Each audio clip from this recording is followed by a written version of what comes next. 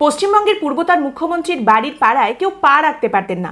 এমনকি পূর্বতন শাসক দল তৃণমূল কংগ্রেসের দলের সেকেন্ড ইন কমান্ড অভিষেক বন্দ্যোপাধ্যায়ের বাড়ির দিকে কেউ চোখ তুলে পর্যন্ত তাকাতে পারতেন না। কিন্তু সব থেকে বড় বিষয়টা হচ্ছে একটা প্রকল্প যার মাধ্যমে অন্তত 25 লক্ষ মানুষের উপকার হতে পারত, সেটাকে এদের তীব্র কদর্য নোংরা বেহায়া বিরোধিতার জন্য কেউ হাত পর্যন্ত দিতে পারতেন না। আমি বলছি চিংড়িঘাটা মেট্রো প্রকল্পের কথা। এই নিয়ে এই মুহূর্তে অনেকেই চর্চা করছেন। যারা জানতে পেরেছেন যে কিভাবে বিষয়টা হয়েছে, কি হয়েছে, সেটা শোনার পর, সেটা জানার পর তারা রীতিমতো হয়ে বসে আছেন। আর যারা নতুন জানছেন যে কি হয়েছে, তারা পর্যন্ত চক্ষু ছানা বড়া করে প্রশ্ন করছেন যে এইরকম অসভ্যতামি করা সম্ভব, এইরকম অসভ্যতামি করা হয়েছিল, যে পশ্চিমবঙ্গের আজ এই যে কঙ্কালসার রূপ, এই যে কঙ্কালসার পরিণতি, এটা তার মানে শুধুমাত্র পূর্বতন রাজ্য সরকারের ওই কেন্দ্রীয় বঞ্চনার কাঁদুনির ফল নয়, শুধুমাত্র পূর্বতন সরকারের অপদার্থতা এবং ব্যর্থতার ফল নয়, তারই সঙ্গে পূর্বতন শাসক দলের মানুষের স্বার্থের অনেক ওপরে রাজনৈতিক স্বার্থকে রাখার ফল। বা আরো স্পেসিফিক্যালি বলতে গেলে, আমরা তো মানুষের স্বার্থেই কাজ করছি এই মিথ্যে কথা বলে শুধুমাত্র নিজেদের রাজনৈতিক স্বার্থ চরিতার্থ করার ফল। দেখুন, এই মুহূর্তে আমরা এই বিষয়টা নিয়ে কথা বলবো। আমরা কথা বলবো যে কিভাবে মাত্র 60 মিটারের একটু বেশি এলাকার কাজ বন্ধ রেখে, সেটাকে আটকে রেখে একটা গোটা প্রজেক্ট, কোটি কোটি টাকার প্রজেক্ট, সেটাকে আটকে রাখা হয়েছিল, সেটাকে একেবারে কাজ থামিয়ে ফেলে রাখা হয়েছিল। কিভাবে সমস্ত কাজ সেট হয়ে যাওয়ার পরে, সমস্ত মোটামুটি ঠিক করে নেওয়ার পরে এই 60 মিটারের কিছুটা বেশি অংশের কাজের জন্য গোটাটা থমকে গিয়েছিল। এবং আরও 5 বছর যদি এটাকে এভাবেই ফেলে রাখা হতো, তাহলে এত বড় কোটি কোটি টাকার প্রজেক্ট এটা হয়তো নষ্ট হয়ে যেত। যে কাজ হয়েছে, যে থামগুলো তৈরি হয়েছে, সেগুলো নষ্ট হতে শুরু করতো, পছন্দ হতে শুরু করতো। ফাউন্ডেশন এমন করে নষ্ট করে দেওয়া হতো যাতে হয়তো কাজটা আবার যদি শুরু করতে হয়, তাহলে কোটি কোটি টাকা নষ্ট করে আবার একদম প্রথম থেকে শুরু করতে হতো। ইকুইপমেন্ট চুরি হয়ে যেত, একেবারে ভূতের বাসায় পরিণত হতো এই এত বড় একখানা প্রজেক্ট। ভাবুন একবার, কোটি কোটি টাকার প্রকল্প যার মাধ্যমে লক্ষ লক্ষ মানুষের উপকার হতে পারে, সেটাকে রীতিমতো ভূতের বাসায় পরিণত করা চলছিল। যদিও এটা শুনে চমকে যাবেন না, তার কারণ পশ্চিমবঙ্গে বহু প্রকল্পের ক্ষেত্রেই এইরকমটা করা হয়েছে। আর এক্ষেত্রে স্বপ্ন আর বাস্তবের মধ্যে ফারাকটা ছিল মাত্র 60 মিটারের কিছু বেশি। আর এই জায়গাটা জুড়ে একেবারে জেদ করে গেড়ে বসেছিলেন মমতা বন্দ্যোপাধ্যায় নিজে। এই বিষয়টা নিয়ে আমরা কথা বলবো, তার 3টে কারণ রয়েছে। প্রথম কারণ হচ্ছে, এই মুহূর্তে আপনাদের মনে হচ্ছে যে পশ্চিমবঙ্গে নতুন সরকার আসার পর একটা কাজের ঝড় দেখতে পাওয়া যাচ্ছে। এই ঝড় যত না নতুন কাজের, তার থেকে অনেক বেশি পুরনো যে কাজগুলোকে আটকে রাখা হয়েছিল, পলিসি প্যারালিসিস করে যে কাজগুলোর একেবারে গলা টিপে দেওয়া হয়েছিল, সেই কাজের। এবং বর্তমান এই নতুন সরকারকে 1 বছর নতুন কোনো কাজে হাতই দিতে হবে না। তারা যদি পুরনো এই সমস্ত কাজগুলোকে শুরু করতে পারে, যে কাজগুলোকে আটকে রাখা হয়েছে সেগুলোর চাকা যদি ঘুরিয়ে দিতে পারে, তাহলেই কিন্তু বাংলার মানুষকে আসল পরিবর্তন তারা দেখাতে পারবেন। দ্বিতীয় কারণ হচ্ছে, আজকের এই পর্বটা তাদের দেখান। কাদের? যারা is of life, is of travel চান, যারা ভালো পরিষেবা চান, তার রাজনৈতিক মতাদর্শ আপনার থেকে আলাদা হলেও তাকে দেখান। এবং আপনি যে রাজনৈতিক মতাদর্শেই বিশ্বাসী হন না কেন, আপনিও এই পর্বটা দেখুন। কারণ একটা জায়গায় সুপ্রিম কোর্ট পর্যন্ত এই বিষয়টা নিয়ে বলতে বাধ্য হয়েছে যে এটা আর কিচ্ছু নয়। পূর্বতন রাজ্য সরকারকে উদ্দেশ্য করে সুপ্রিম কোর্ট বলেছে যে এটা আর কিচ্ছু নয়, শুধুমাত্র সরকারের উন্নয়ন আটকে রাখার জেদ, এছাড়া আর কিচ্ছু নয়। এবং তৃতীয় কারণ হচ্ছে, যখন এই কাজের ছাড়পত্র পাওয়া গেছে নতুন সরকার আসার পর, তখন এই কাজ শুধুমাত্র শুরু হয়েছে তাই নয়, ওই কাজটা শেষও হয়ে গেছে। নির্দিষ্ট নির্ধারিত যে সময় ছিল, যে ডেডলাইন ছিল, তার আগে শেষ হয়ে গেছে। এবছরের ফেব্রুয়ারি মাসে, অর্থাৎ 2026-এর ফেব্রুয়ারি মাসে, তখন তো তৃণমূল কংগ্রেস আলাদাই আত্মবিশ্বাসে ভাসছে। আমরাই তো বিধানসভায় ক্ষমতায় আসবো, আমরাই জিতছি, 100% আমরাই জিতে আসবো, এবং লোকসভা নির্বাচনে আমরা এত ভালো ফলাফল করে এসেছি, কিসের সন্দেশখালী, কিসের আরজিকর, কিসের দুর্নীতি, এসব বলে তারা ভাসছে। সেই সময় বর্তমানে আমাদের রাজ্যের শাসক দল বিজেপির যিনি রাজ্য সভাপতি শ্রমিক ভট্টাচার্য, তিনি দিল্লিতে একটি প্রশ্ন করেন। তার নিজের সরকারের কাছে, নিজের দলের সরকারের কাছে, বিজেপি সরকার, কেন্দ্রীয় সরকারের কাছে প্রশ্ন করেন যে পশ্চিমবঙ্গের মেট্রোর অরেঞ্জ লাইনের কাজ কবে শেষ হবে। এই প্রথম যে প্রশ্নটা তোলা হয়েছিল তা কিন্তু নয়, এর আগে একাধিকবার প্রশ্ন উঠেছে। এই নির্বাচনের আগে শেষ কেন্দ্রীয় সরকারের তরফ থেকে যে উত্তরটা দেওয়া হয়েছিল, সেটা আমি আপনাদের সামনে সামনে রাখছি। অশ্বিনী বৈষ্ণব সেই সময় জানান যে পশ্চিমবঙ্গের মেট্রোর অরেঞ্জ লাইনের কাজের ক্ষেত্রে চিংড়িঘাটা ক্রসিং এর কাছে কাজটা আটকে আছে, সেই কাজটায় গন্ডগোল হচ্ছে। তার কারণ একটা ছোট্ট জায়গার কাজের জন্য রাজ্য সরকার, তৎকালীন তৃণমূল কংগ্রেসের রাজ্য সরকার, তাদের কাছ থেকে যে অনুমতি প্রয়োজন সেই অনুমতি রাজ্য সরকার দিচ্ছে না। 10 মাস ধরে সেই অনুমতি দিচ্ছে না, সেটাকে ঘুরিয়ে যাচ্ছে, ফেলে রেখে দিয়েছে এবং তার জন্য কাজ এগোতে পারছে না। এবং সেই সময় জানানো হলো যে ওই কাজের জন্য দরকার যে ওই রাস্তায় 3টে রাত 8 ঘন্টা যানবাহন চলাচল বন্ধ থাকবে, অর্থাৎ যানবাহন ওই রাস্তার বদলে অন্য জায়গা দিয়ে ঘুরিয়ে নিয়ে যাওয়া হবে। 3টে রাত 8 ঘন্টা করে কাজ, 8 আওয়ার্স, 8 ঘন্টা করে কাজ হবে। এই সময় এই অনুমতি রাজ্য সরকারের তরফ থেকে দেওয়া হচ্ছে না। এমনকি জানানো হয় যে কলকাতা পুলিশের সঙ্গে কথা বলে বিকল্প রাস্তার ব্যবস্থা পর্যন্ত করা হয়েছে, কিন্তু তারপরেও রাজ্য সরকার অনুমতি দিচ্ছে না, ছাড়পত্র দিচ্ছে না, তার ফলে কাজ আটকে রয়েছে। ওমা, ছাড়পত্র দিয়ে দিলেই কাজ হয়ে যাবে নাকি? সব দোষ তৃণমূল কংগ্রেসের সরকারের। শুনুন তাহলে, চিংড়িঘাটা ক্রসিং এর কাছে মেট্রোর কাজ অনেক দিন ধরে বন্ধ। জানা গেল যে সেখানে কাজটা যেটা আটকে রয়েছে সেটা 366 মিটারের। এবার এই কাজটা যদি হয়ে যায়, চিংড়িঘাটা ক্রসিং এর কাছে এই কাজটা যদি হয়ে যায়, বাকিটা তত্তর করে এগিয়ে যাবে এবং কাজ শেষ করতে অনেকটা সুবিধা হবে, অনেক তাড়াতাড়ি গোটা বিষয়টা হয়ে যাবে। একটা গোটা মেট্রো রিং তৈরি হবে, পশ্চিমবঙ্গে অরেঞ্জ লাইনের মেট্রোটা শুরু হয়ে যাবে। এবং সেক্ষেত্রে বলা হচ্ছে যে অভিযোগ যেটা উঠে এলো, বাইপাসের যান চলাচল বন্ধ করতে হবে ওই কাজটার জন্য, এবং সেই জন্যেই রাজ্য সরকার অনুমোদন দিচ্ছে না। বাইপাসের যে যান চলাচল বন্ধ করতে হবে, অন্যত্র গাড়িগুলোকে ঘুরিয়ে দিতে হবে, সেটা কদিনের জন্য আগেই বললাম, 3 রাত 8 ঘন্টার জন্য কাজ। 3 রাতের অনুমতি সেটা রাজ্য সরকার দিচ্ছে না। আরো স্পেসিফিক্যালি বলতে গেলে এই যে 366 মিটারের কাজ আটকে, এর মধ্যে 66 মিটারটাই হচ্ছে মেন। সেইটুকু কাজ এগিয়ে গেলেই বাকিটা কোনো ব্যাপার নয়, গোটা মেট্রো লাইনটা চালু হয়ে যাবে। এইবার তাহলে কি হবে?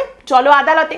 আপনারা জানেন যে এর আগে তৃণমূল কংগ্রেসের যে সরকার ছিল আমাদের রাজ্যে, তাদের কথায় কথায় আদালত যেতে খুব ভালো লাগতো, কারণ তাদের বিষয়টা ছিল আমরা কাজ করব না, আমরা খালি এড়িয়ে যাব, আমরা খালি সময় নিয়ে যাব, খালি বিষয়টাকে ঘুরিয়ে যাব, ঝুলিয়ে যাব।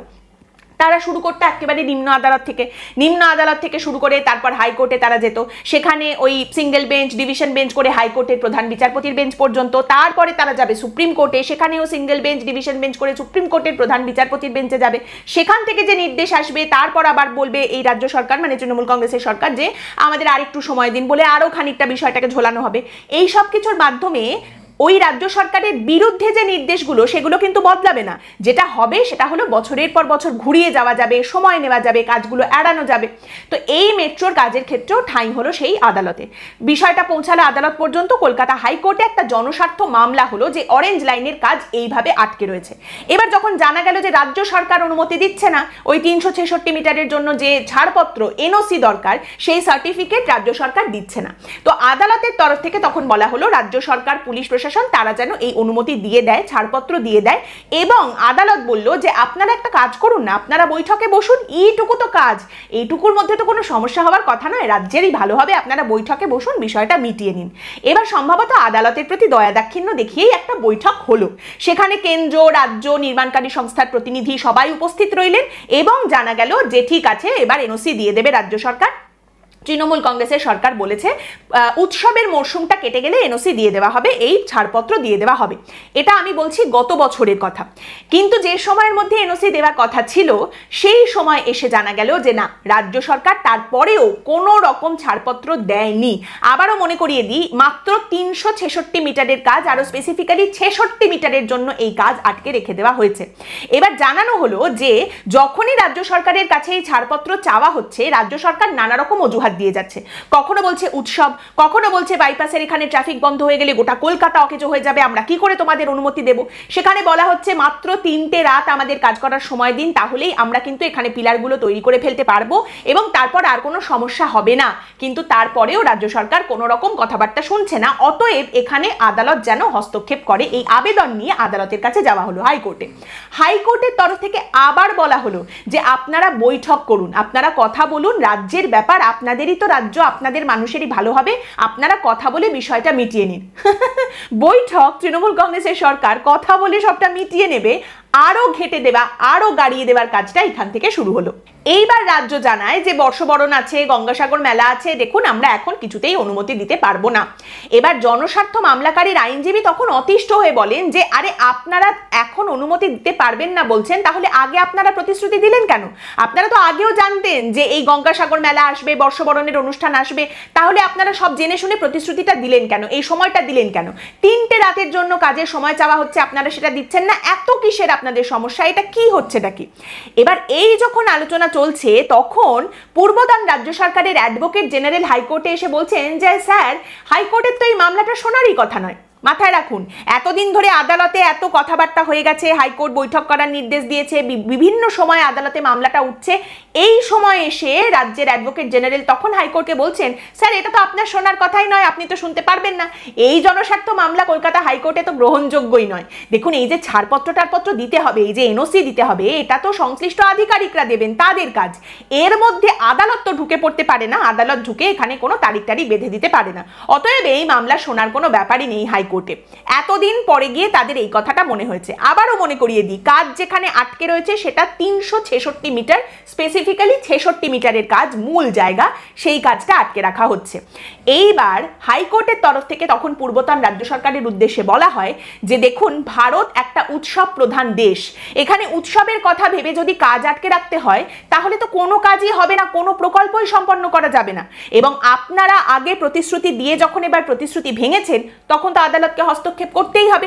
এবং তখন হাইকোর্টের তরফ থেকে বলা হয় যে একটা নির্দিষ্ট সময়ের মধ্যে আপনারা ছাড়পত্র দিন, এই কাজ সম্পূর্ণ করতে হবে। এইবার এই কথা সামনে আসার সঙ্গে সঙ্গে তৎকালীন তৃণমূল কংগ্রেসের সরকার একেবারে তিরিং বিরিং করে লাফিয়ে ওঠে এবং তারা বলে যে আরে এবারটা হাইকোর্ট তো কিচ্ছু জানে না, চলো আমি হাইকোর্টের নির্দেশকে চ্যালেঞ্জ করে এবার সুপ্রিম কোর্ট যাব।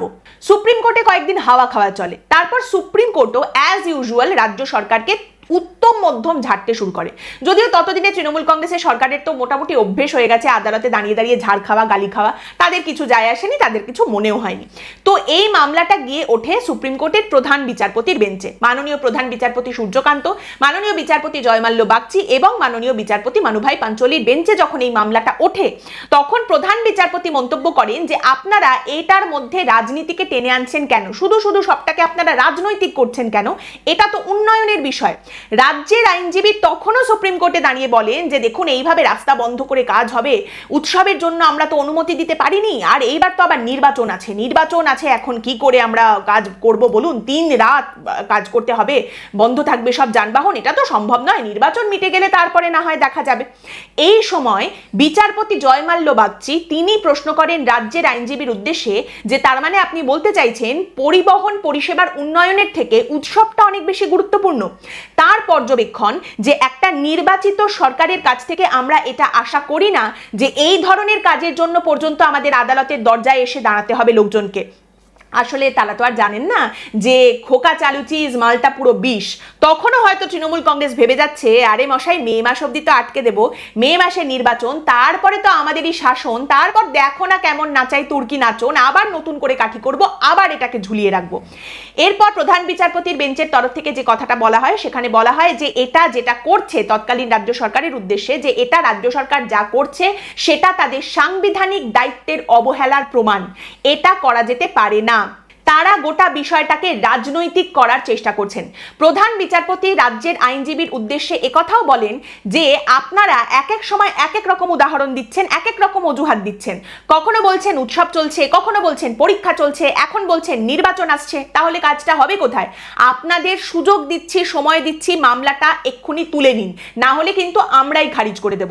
আপনাদের মনে আছে আগেই যেটা বললাম, হাইকোর্টের নির্দেশকে চ্যালেঞ্জ করে তৃণমূল কংগ্রেসের সরকার সুপ্রিম কোর্টে গিয়েছিল, অর্থাৎ সুপ্রিম কোর্ট বলছে আপনারা এই মামলাটা নিজেরাই তুলে নিয়ে চলে যান, অর্থাৎ হাইকোর্টের সিদ্ধান্ত মেনে নিন, না হলে কিন্তু মানানোর ব্যবস্থাটা আমরা করে দেব। এইটা মার্চ মাসের ঘটনা। এবার আপনার প্রশ্ন কি হবে যে এই রকম উত্তম মধ্যম ধোপা কাঁচা ঝাড় খাওয়ার পরে তৃণমূল কংগ্রেসের সরকার কি ফিরে এসে তাহলে তাড়াতাড়ি কাজটা করে দিল, কাজে হাত দিল? ভাগ্যে না।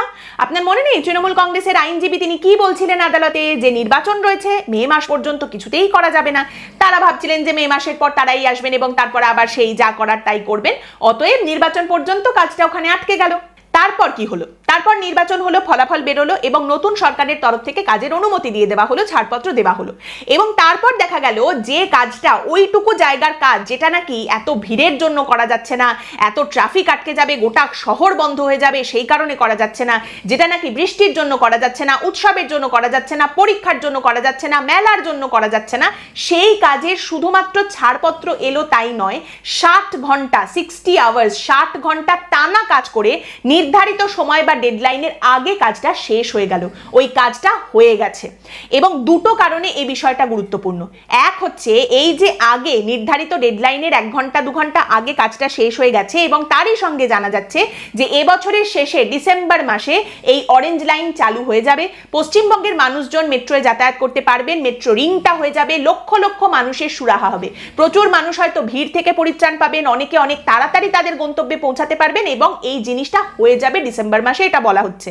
এবং দ্বিতীয় বিষয় হচ্ছে তৃণমূল কংগ্রেস সরকারে থাকাকালীন এই কাজটা তারা করতে পারত, কেউ তাদের আটকে রাখেনি, কেউ তাদের হাত পা বেঁধে রাখেনি। তৃণমূল কংগ্রেসের তরফ থেকে বারবার অভিযোগ করা হতো অনেক ক্ষেত্রে যে কেন্দ্রীয় সরকার তাদের হাত পা বেঁধে দিয়েছে তাই তারা কাজ করতে পারছে না।